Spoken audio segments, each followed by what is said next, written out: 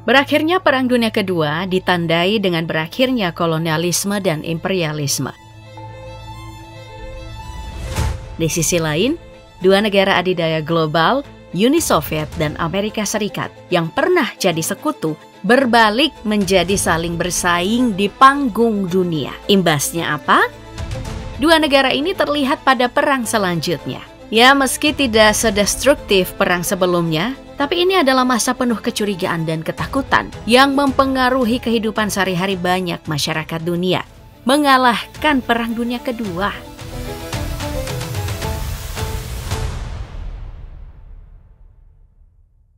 Mengapa dikatakan penuh dengan ketakutan? Karena baru 2 tahun setelah berakhirnya Perang Dunia Kedua, tepatnya pada 1947, sudah terjadi ketegangan geopolitik kembali. Apalagi yang bertikai adalah dua negara adidaya yang sedang bersaing dalam pengembangan senjata. Istilah perang dingin lalu digunakan karena tidak ada pertemuan berskala besar secara langsung antara kedua negara adidaya ini. Memang tidak ada serangan militer langsung dari kedua negara, tapi perang keduanya sebenarnya lebih mengerikan. Masing-masing dari dua kekuatan besar ini memberikan dukungan ke negara manapun yang sedang dalam konflik regional besar yang kita kenal sekarang dengan perang proksi. Tujuannya jelas, didasari oleh tendensi ideologis dan geopolitik untuk mendapatkan pengaruh global setelah peran mereka sebagai sekutu dalam Perang Dunia Kedua. Amerika Serikat yang merupakan negara liberal dan kapitalis menentang ideologis komunis dan sosialis yang dianut Uni Soviet. Sebaliknya, Uni Soviet nggak terima dengan Amerika yang mengesampingkan negaranya dalam komunitas internasional sehingga berakhirnya Perang Dunia Kedua menjadi awal tumbuhnya benih-benih kebencian. Selain perlombaan senjata nuklir dan pengerahan militer konvensional, motivasi untuk mendominasi diekspresikan lewat cara-cara tidak langsung, seperti perang psikologis, kampanye propaganda, spionase, embargo yang luas, diplomasi olahraga, dan kompetisi teknologi seperti perlombaan antariksa.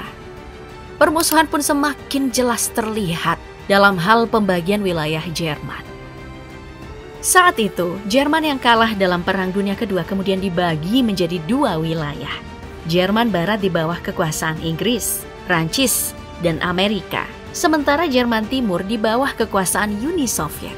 Ditambah, Uni Soviet juga menguasai bekas jajahan Jerman di Eropa Timur dan Eropa Tengah dan menyebarkan pengaruhnya di semua wilayah ini. Hal ini nih yang membuat Amerika sama Inggris khawatir akan pengaruh komunisme ke arah Eropa Barat.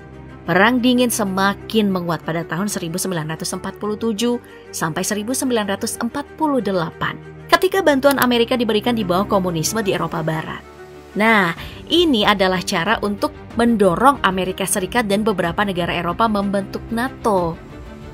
Lalu di sisi lain Soviet membentuk Pakta Warsawa sebagai respon langsung terhadap NATO.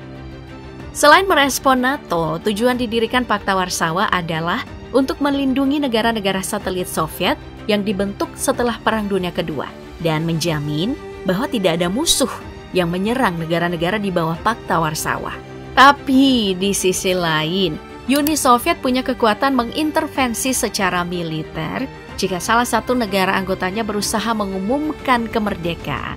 Maka, dikenallah istilah Blok Barat yang dipimpin oleh Amerika Serikat dan NATO, ditambah negara dunia pertama lain yang umumnya demokratis liberal. Kemudian Blok Timur yang dipimpin Uni Soviet dan sekutu-sekutunya di Eropa Tengah dan Timur. Lalu, sekutu Soviet di luar Eropa seperti Mongolia, Kuba, Vietnam, Republik Rakyat Tiongkok, dan Korea Utara. Maka, kedua negara masing-masing menjalankan strateginya.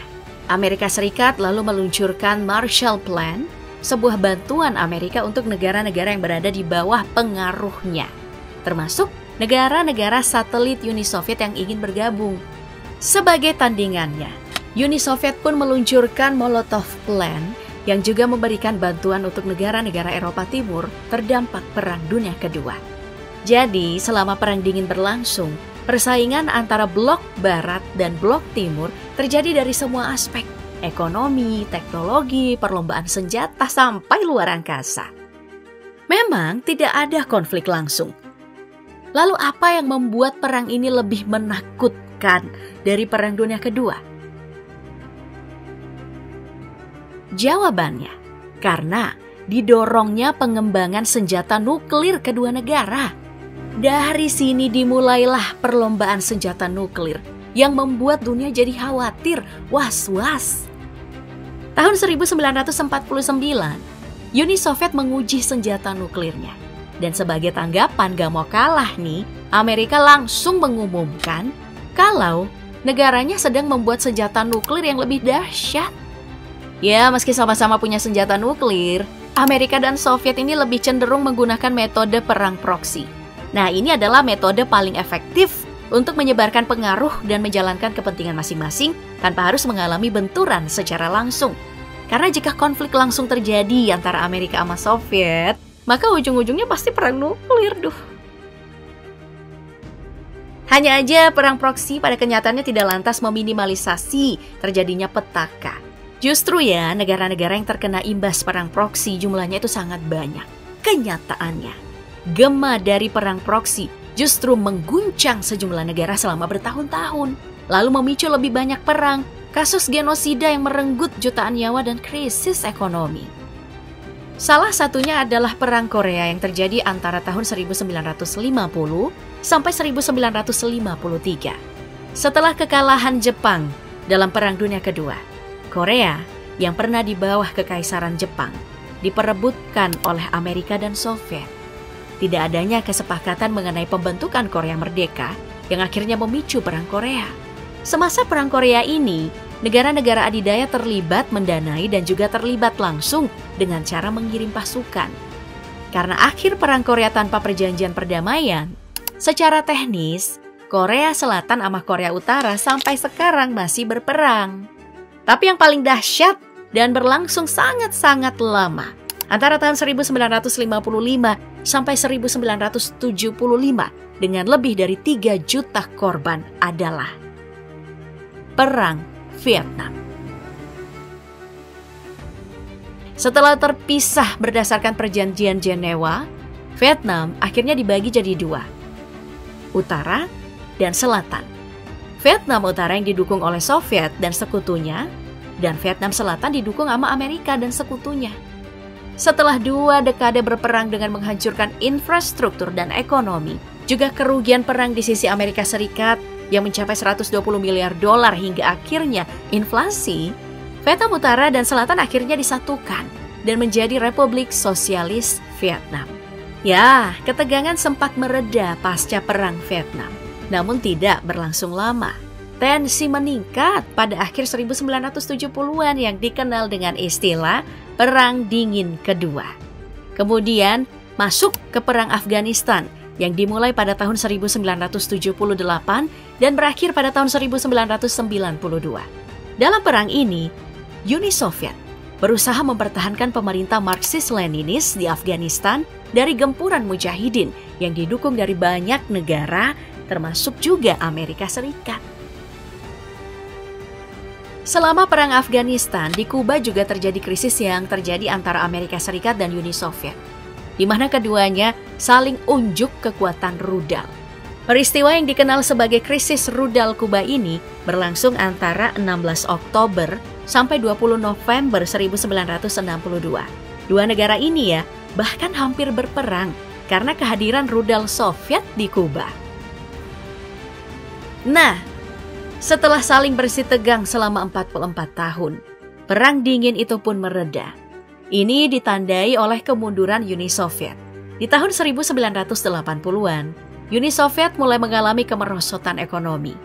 Presiden Uni Soviet, Mikhail Gorbachev, lalu mengambil kebijakan bernama Perestroika dengan mengubah sistem komunisme menjadi lebih terbuka. Di dalam kebijakan ini ada 3 prinsip: keterbukaan politik, demokratisasi, dan rule of law.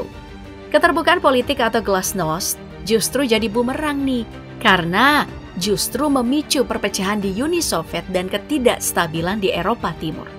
Jerman Barat dan Timur bersatu dengan ditandai diruntuhkannya tembok Berlin.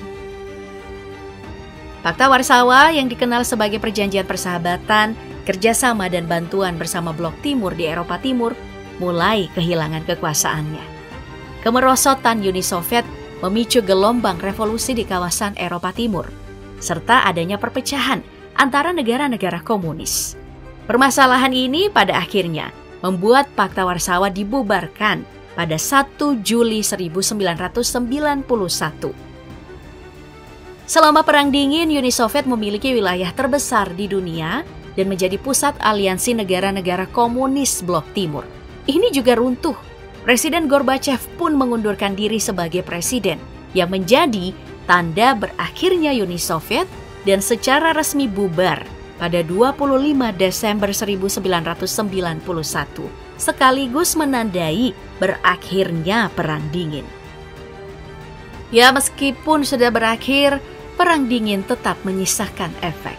Akibat Perang Dingin, pemerintah di seluruh dunia menjadi semakin fokus pada keamanan dan pertahanan. Imbasnya, pergeseran kekuasaan politik dari partai politik tradisional ke partai politik yang lebih fokus pada isu militer dan pertahanan. Perang Dingin juga menyebabkan peningkatan belanja militer dan pertahanan. Dan juga, lingkungan yang diciptakan pasca Perang Dingin justru membentuk konflik-konflik kontemporer. Bahkan, ketika Rusia menginvasi Ukraina, Perang Dingin sebenarnya kembali. Karena ini adalah perang proksi antara Rusia dan Barat.